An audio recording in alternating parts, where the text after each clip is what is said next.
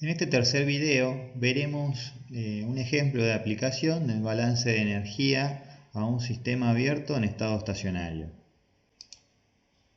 En el ejemplo entonces tenemos una turbina diseñada para operar un pequeño generador eléctrico que trabaja en forma diabática, es un dato importante, y en estado estacionario, utilizando 400 kmol/h de vapor de agua. Lo que se quiere determinar en el problema es la potencia en kilowatt entregada por la turbina.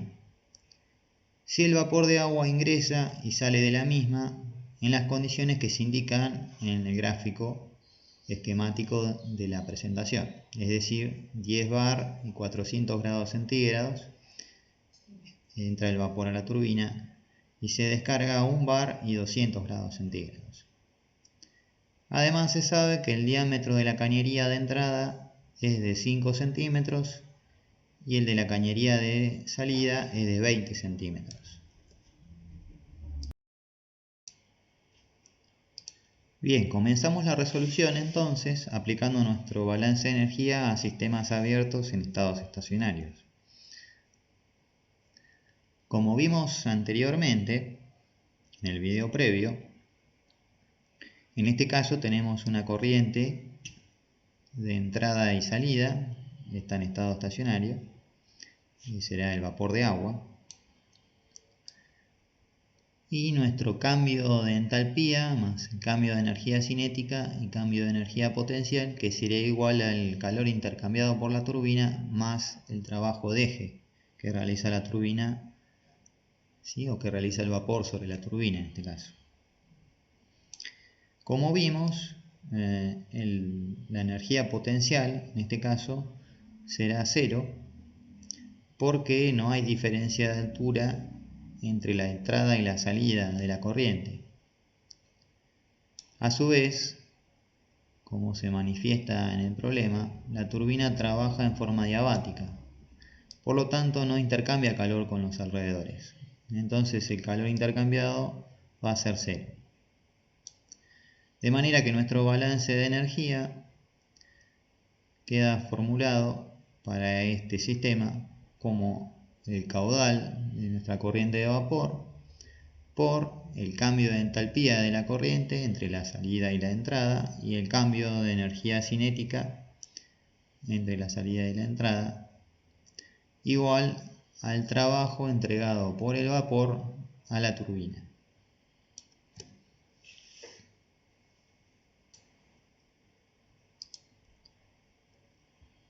En nuestra ecuación entonces, nuestra variable o propiedad a calcular es la potencia entregada por la turbina, es decir, el vapor de agua, a el eje de la turbina. En este caso será el trabajo mecánico o trabajo de eje lo que queremos calcular, es nuestra incógnita.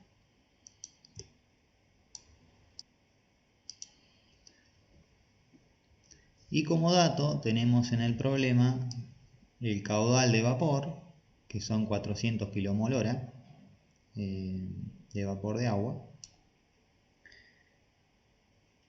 Y debemos calcular el cambio de entalpía que sufre esta corriente y el cambio de energía cinética. El cambio de entalpía está asociado a la energía interna y el cambio de presión y volumen que sufre la corriente, por definición. Estará ligado entonces a las condiciones operativas de la turbina. Y como vemos está trabajando entre 10 bar y 400 grados centígrados en la entrada del equipo y en la descarga está a 1 bar y 200 grados centígrados. La energía cinética, por otra parte, está asociada a la velocidad con la que está ingresando el vapor de agua y a la que está saliendo de nuestro equipo. El caudal lo podemos expresar en unidades de masa por unidad de tiempo, haciendo la conversión apropiada. 400 kmol/h por el peso molecular del agua, 18 kilogramos por kilomol. daría la masa, ¿sí?, de vapor de agua. Por 1 hora sobre 3600 segundos nos daría entonces el caudal en kilogramos por segundo, es decir, 400 kmol hora es equivalente a 2 kilogramos por segundo de vapor de agua. Por otra parte, para calcular la energía cinética necesitamos la velocidad. La energía cinética sería un medio de la masa por la velocidad al cuadrado.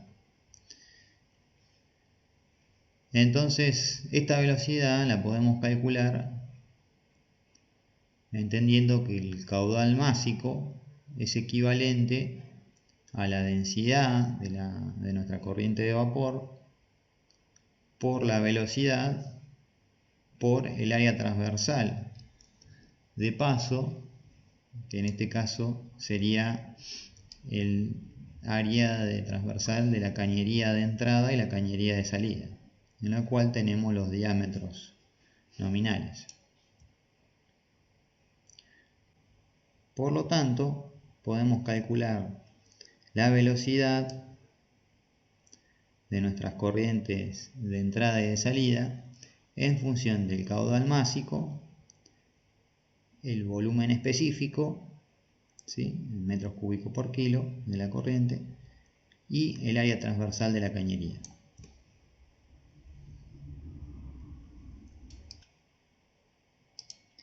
Resumiendo entonces, tenemos como dato el caudal de nuestra corriente de vapor, 2 kilogramos por segundo, y podemos calcular nuestra energía cinética si contamos con el volumen específico de nuestra corriente de vapor en las condiciones de salida y de entrada. Nos resta por calcular entonces el cambio de entalpía y saber cuál será nuestro volumen específico de las corrientes de vapor en las condiciones operativas.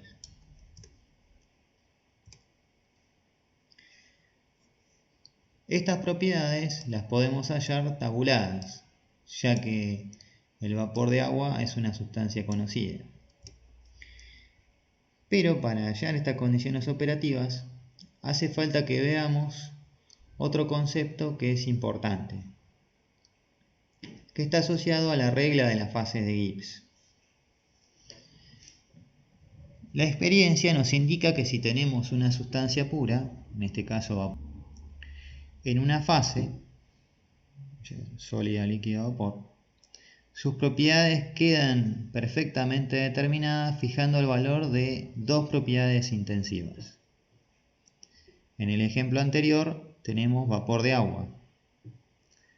¿Sí? Es una sustancia pura en una única fase.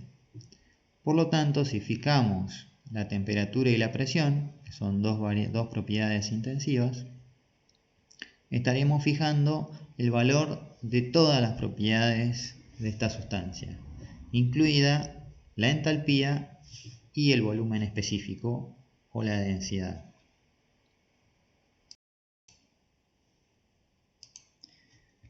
Si la sustancia pura se encuentra en una condición en la que coexisten dos fases, es decir, sólido-líquido o líquido-vapor, por ejemplo, solo es necesario especificar una propiedad intensiva para que queden perfectamente determinadas el resto de las propiedades intensivas. Por ejemplo, a presión atmosférica no podemos elegir a qué temperatura coexistirán agua líquida y vapor, porque esta temperatura ya está fija al fijar la presión. En este caso la temperatura sería de 100 grados centígrados. Por último, si tenemos una sustancia pura en la condición en la que coexisten tres fases, es decir, sólido, líquido y vapor, sería el punto triple, no podemos fijar ninguna variable. todas las propiedades intensivas ya están fijas.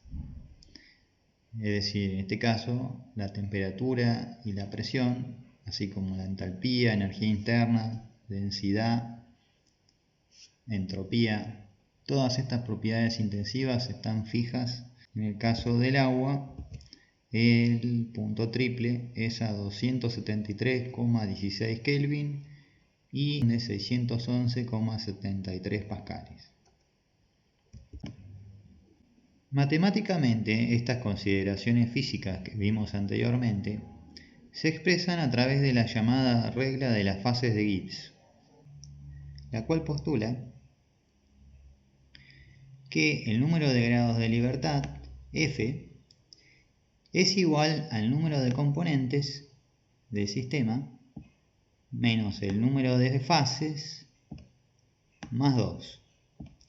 Por ejemplo, en el caso del vapor de agua, el número de componentes es 1, agua. El número de fases también es 1, porque se encuentra en estado de vapor. Por lo tanto, el número de grados de libertad es igual a 2. En este caso, tendríamos que fijar dos propiedades intensivas para fijar el resto de las propiedades intensivas de este componente. En el ejemplo anterior, esto se realiza fijando la temperatura y la presión. Si por ejemplo tenemos agua también, pero en estado líquido y vapor, entonces n valdría 1, el número de fases sería 2, y por lo tanto tendríamos un solo grado de libertad.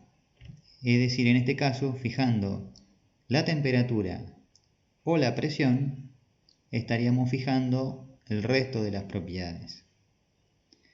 En el caso de tener 3 fases, lo cual ocurre en el punto triple, entonces tendríamos 0 grados de libertad, ya que el número de componentes sigue siendo 1, pero tenemos 3 fases, con lo cual al aplicar la regla vemos que F es igual a 0.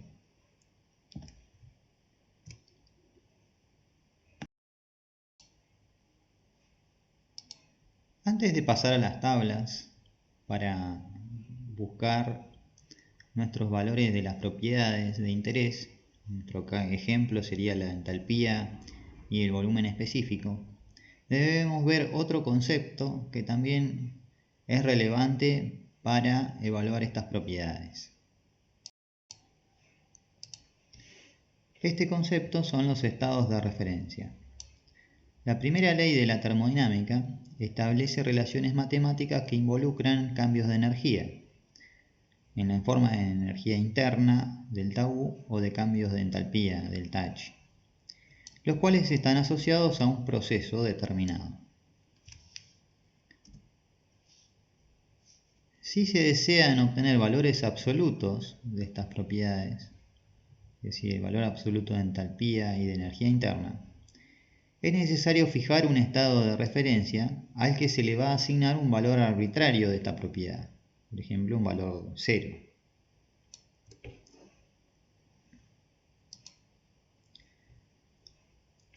En las tablas de vapor que vamos a utilizar del libro de Smith y Van Ness, se fijan como estado de referencia el del agua líquida en el punto triple, a la cual se le asignan el valor nulo de energía interna y entalpía.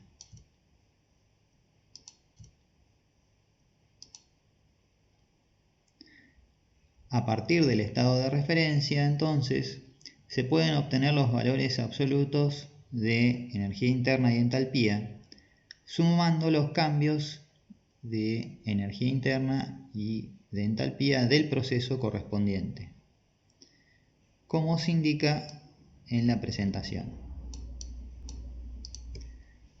Para mayor claridad, veamos cómo leer estas propiedades directamente de las tablas. Las tablas que se encuentran en el libro de vapor saturado de agua tienen esta forma. Especifican la temperatura, ¿sí?, en grados centígrados, en grados Kelvin, y la presión de saturación. Como vimos, el vapor de agua saturado está en equilibrio con agua líquida. Por lo tanto, fija la temperatura, no hay grados de libertad en el sistema, y por lo tanto queda fija automáticamente la presión de saturación y el resto de las propiedades.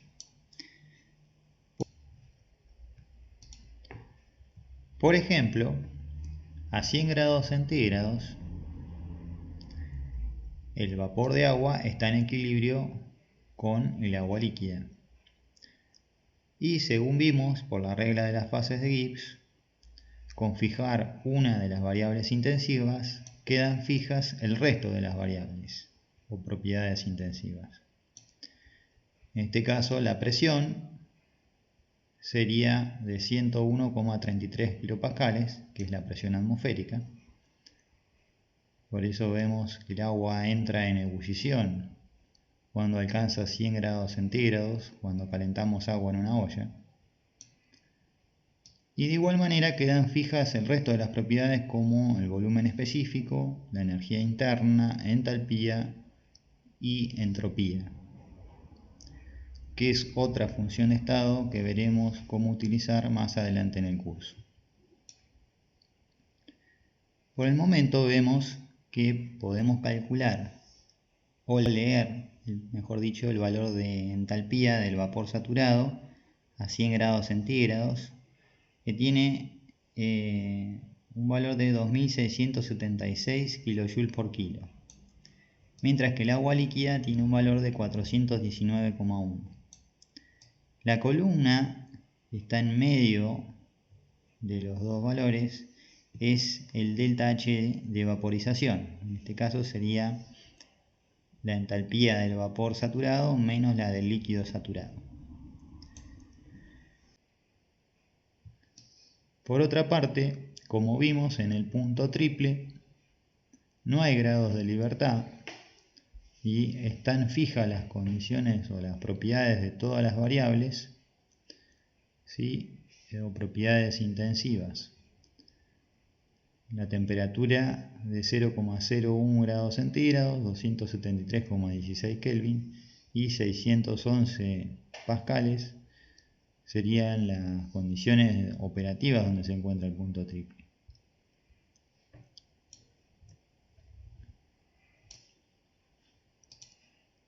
La tabla de vapor de agua que se muestra en la presentación es otra manera de expresar las propiedades.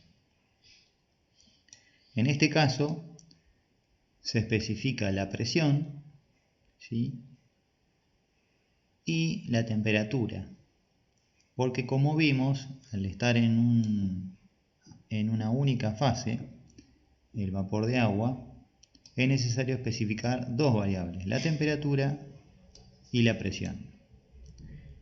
En esta tabla también se muestran las condiciones de saturación del agua a la presión operativa. Por ejemplo, si vemos la condición de operativa de 100 kilopascales, ¿sí?, la temperatura de saturación sería de 99,63 grados centígrados, prácticamente la temperatura de ebullición. El agua líquida saturada tiene un volumen de vapor saturado de 1,043 centímetros cúbicos por gramo, una energía interna de 417,4 kJ por kilo, una entalpía de 417,5 kJ por kilo. Mientras que el vapor de agua saturado tendrá una energía interna de 2506,1 kJ por kilo, una entalpía de saturación de 2675,4 kJ por kilo y un volumen de vapor saturado de 1693,7 centímetros cúbicos por gramo. Si incrementamos la temperatura por encima de la temperatura de saturación, es decir, 100 grados centígrados, entonces el agua ya no estará más en equilibrio, el vapor de agua no estará más en equilibrio con su líquido, sino que estará sobrecalentado, habrá una única fase de vapor.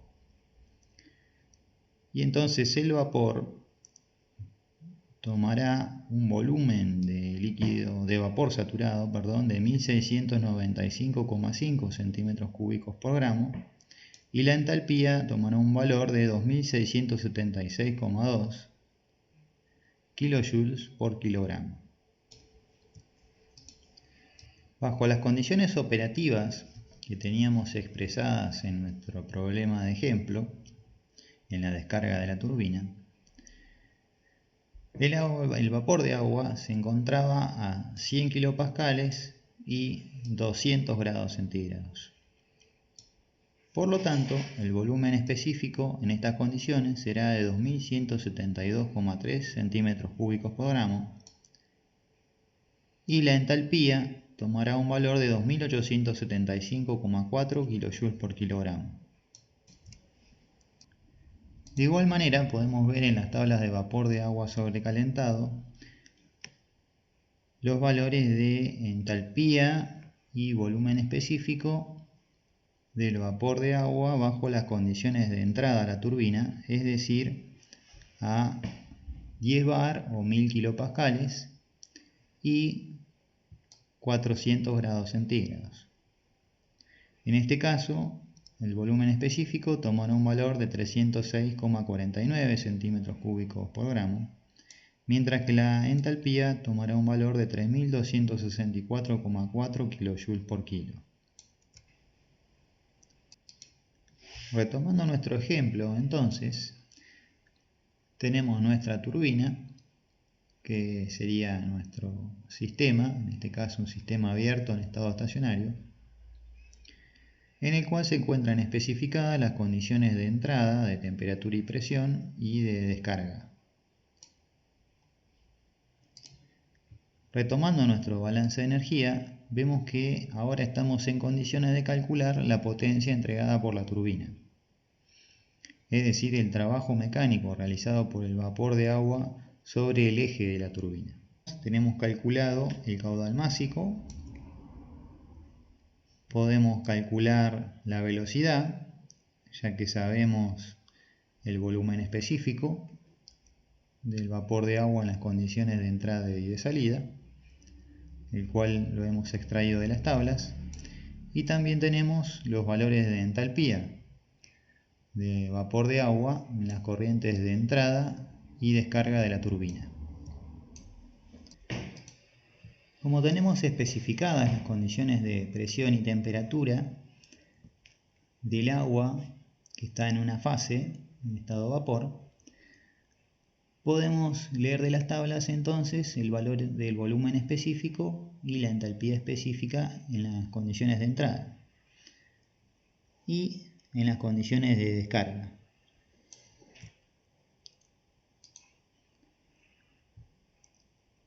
A partir del volumen específico, entonces, el caudal másico y el área transversal de la cañería en la entrada, calculamos la velocidad de ingreso del vapor de agua a la turbina y de igual manera podemos calcular la velocidad de salida del vapor de agua de la turbina.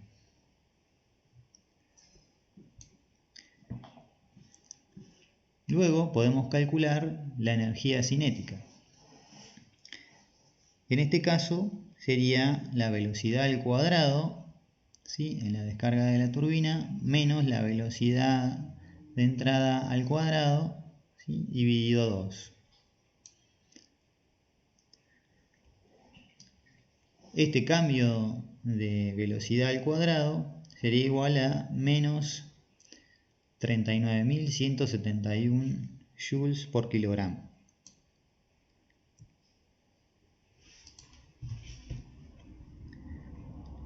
El delta H lo podemos calcular directamente usando nuestros valores de la propiedad. En este caso sería igual a 2.875,4 kJ por kilo menos 3.264,4 kJ por kilo. estaría tomando un valor de menos 389 kJ por kilogramos, que es equivalente a menos 389.000 joules por kilogramo.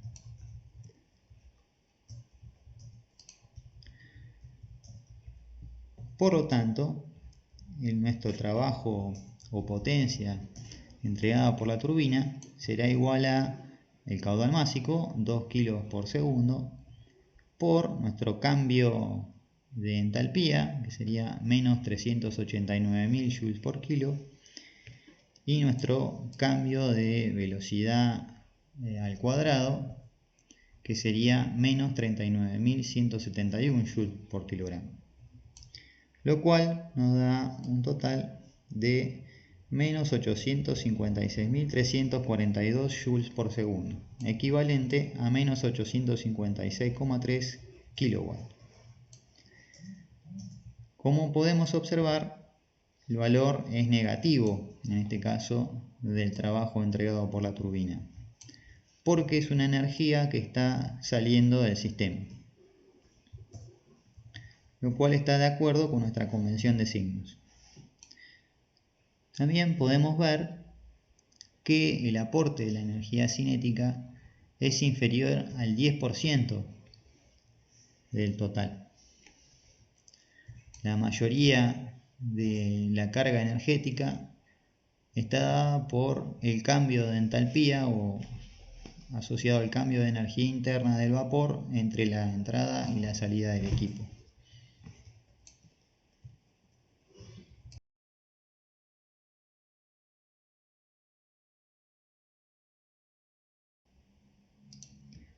Bien, y así llegamos al final de este ejemplo.